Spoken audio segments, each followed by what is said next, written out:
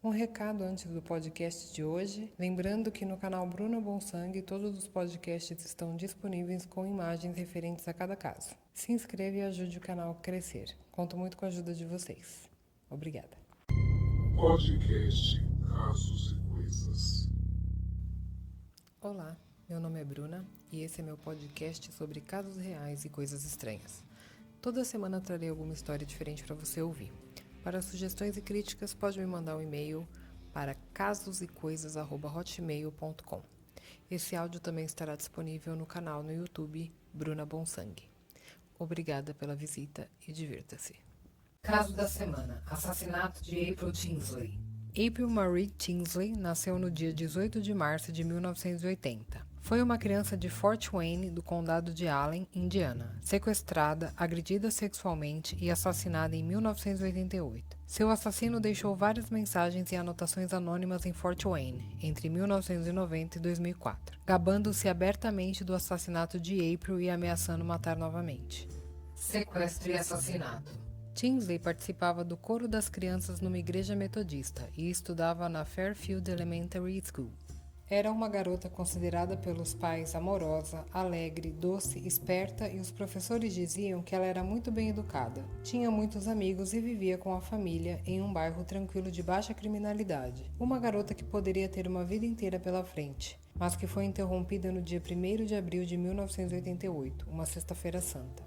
April voltou da escola mais cedo, passou um tempo com sua mãe, almoçou e pediu permissão para brincar na casa de uma de suas amigas. Janete, a mãe de April, permitiu e pediu que a menina ligasse assim que chegasse lá. Algum tempo depois, ela ligou para casa, avisando que já estava na casa de Nicole, sua amiga. Sua mãe pediu que ela voltasse para casa entre 3h30 e 4 da tarde, já que o dia estava nublado e parecia que uma tempestade se aproximava. Por volta das 4 da tarde, April não apareceu em casa. Sua mãe ficou preocupada, já que a menina sempre obedecia os horários estipulados. Janete decidiu ligar para a mãe de Nicole e ao telefone disse que April e sua filha tinham saído para brincar em um playground próximo da casa, até às 3 da tarde. Nesse horário, Nicole iria para a casa de outra amiga, onde passaria o dia, e April deveria voltar sozinha. Porém, ao ligar para Nicole, a menina disse que ao saírem do playground, começou a garoar, e April percebeu que havia deixado seu guarda-chuva na casa de Nicole. Sendo assim, ela iria primeiro pegar o guarda-chuva para depois ir para casa, mas ela nunca buscou o guarda-chuva e desapareceu em algum momento entre o playground e a casa de sua amiga Nicole. Desesperada sem informações da filha, Janete, o marido e os vizinhos começaram uma busca na redondeza em locais em que as crianças costumavam brincar. Como não localizaram nenhum sinal, a polícia foi chamada por volta das 6 da tarde. A busca teve início com os policiais de posse de fotos da menina e uma descrição de como ela estava vestida. A busca inicial por Tinsley incluiu 250 policiais e 50 voluntários. Todos fizeram uma varredura pelo bairro, abrangendo uma área de 20 quarteirões, porém nenhuma pista foi localizada. O desaparecimento já estava sendo tratado como sequestro. Uma testemunha depois relatou ter visto um homem branco na casa dos 30 anos forçando uma garota a entrar na caminhonete azul. Acredita ser Tinsley. 3 dias depois, em 4 de abril de 1988, um atleta encontrou o corpo de Tinsley em uma vala. Estava vestida e só faltava um tênis. Perto do local, os investigadores encontraram o tênis de Tinsley e um brinquedo sexual em uma sacola de compras. Policiais concluíram que o criminoso não teve intenção nenhuma de esconder o corpo, já que estava próximo à estrada. Um motorista relatou mais tarde ter visto uma caminhonete azul perto deste local. O retrato falado do motorista foi feito. Suspeitos parecidos com o desenho foram interrogados, mas nada ligava essas pessoas ao crime, que continuava sem informações. O relatório de autópsia de Tinsley sugeriu que ela havia sido agredida sexualmente e depois estrangulada até a morte. O relatório determinou que ela estava morta por cerca de 1 ou 2 dias antes de ser descoberta e que havia sido colocada na vala 4 horas antes dessa descoberta. 2 estações de rádio locais estabeleceram um fundo de recompensa em 5 de abril de 1988. Fundos adicionais foram estabelecidos para o enterro de Tinsley. O serviço memorial de Tinsley foi realizado em 8 de abril de 1988, na Igreja Metodista, e ela foi enterrada no Green Lawn Memorial Park. Investigação. As investigações policiais inicial levou as autoridades a um suspeito de 34 anos, acusado de abuso sexual de crianças em um caso separado, mas foi absolvido dessas acusações no mês seguinte. 90 membros da comunidade de Fort Wayne formaram o grupo de voluntários em 20 de abril de 1988 para ajudar a polícia a resolver casos envolvendo crianças desaparecidas. Em 24 de junho de 2005, a família Tinsley realizou uma conferência de imprensa no Tribunal de Condado de Allen, solicitando pistas no caso. Em junho de 2009, as autoridades de Indiana solicitaram ao FBI para ajudá-los a resolver o assassinato. Em 21 de maio de 1990, 2 anos depois, a polícia encontrou uma mensagem em um celeiro de St. Joseph Township, dizendo: "Eu matei April Tinsley, de 8 anos, e você achou o outro tênis, hahaha, eu matarei novamente." A escrita sugeriu uma pessoa mal alfabetizada, porque ela estava com alguns erros de concordância. A mensagem foi escrita com giz de cera que foram encontrados perto do celeiro. A princípio, a família achou que pudesse ser somente uma brincadeira de mau gosto. Porém, o fato do tênis ter sido encontrado depois do corpo não foi um fato divulgado pela polícia. Somente o assassino poderia saber disso. Buscas por pistas foram feitas. Os investigadores inicialmente acreditavam que poderia estar relacionado ao assassinato de Sarah Jean Bowker, de 7 anos, cujo corpo foi encontrado em 14 de junho de 1990 em Fort Wayne. A polícia local e estadual formou uma equipe de homicídios em abril de 91 para investigar os casos de Tinsley e Bowker. Em 7 de agosto de 91, a Unidade de Ciência Comportamental do FBI determinou que, embora os casos de Tinsley e Bowker fossem semelhantes, eles não tinham relação alguma.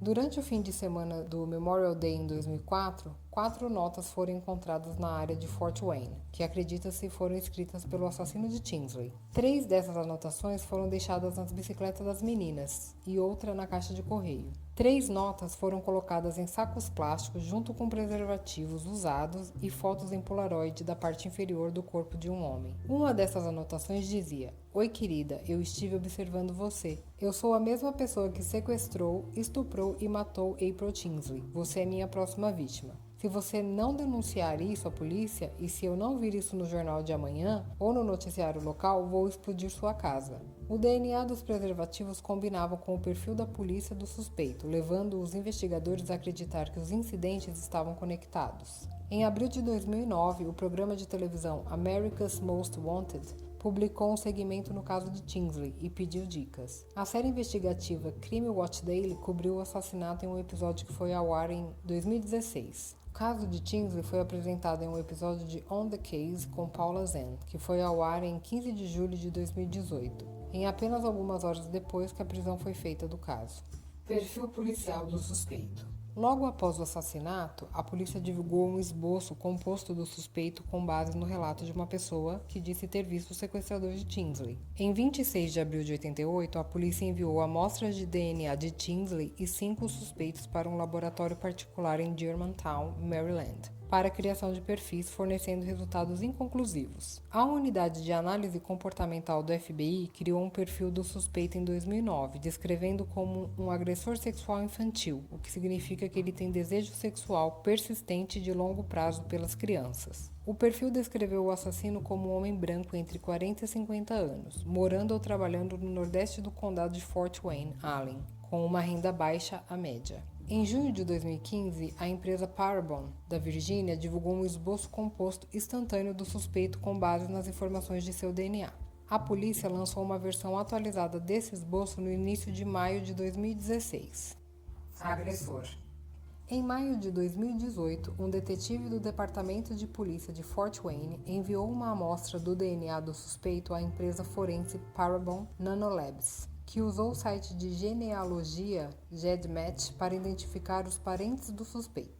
Em 2 de julho de 2018, o genealogista Cissy Moore reduziu a lista de suspeitos para 2 irmãos, incluindo John D. Miller, 59 anos, Indiana, cujos vizinhos o descreveram como isolado e com muita raiva. A polícia encontrou preservativos usados no lixo de Miller e coletou o DNA que correspondia ao DNA do suspeito.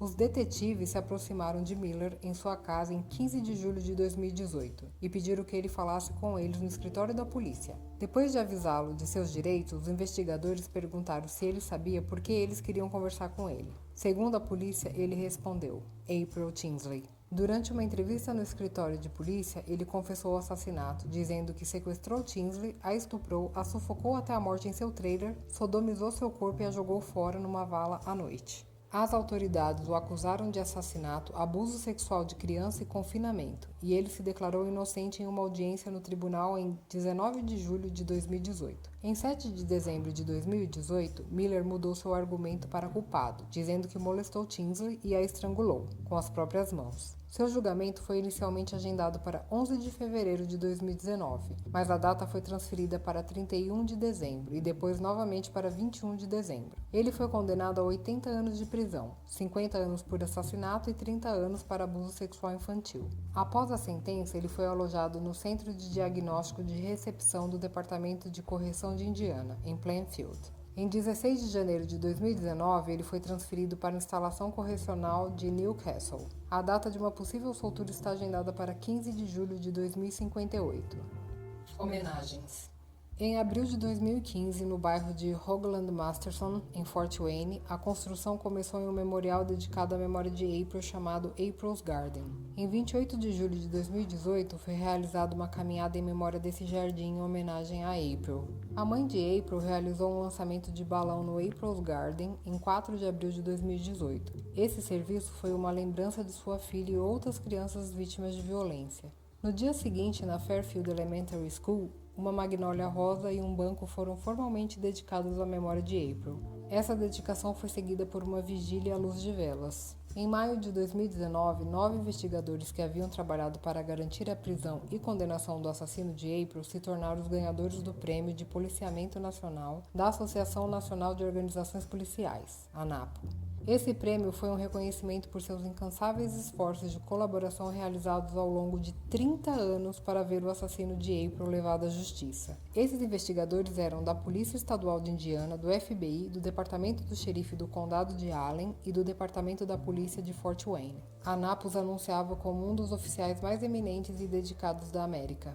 Espero que tenham gostado do caso de hoje. Me sigam nas redes sociais disponíveis na descrição do canal no YouTube. Canal Bruna Bonsangue. Obrigada por ouvir e até o próximo podcast.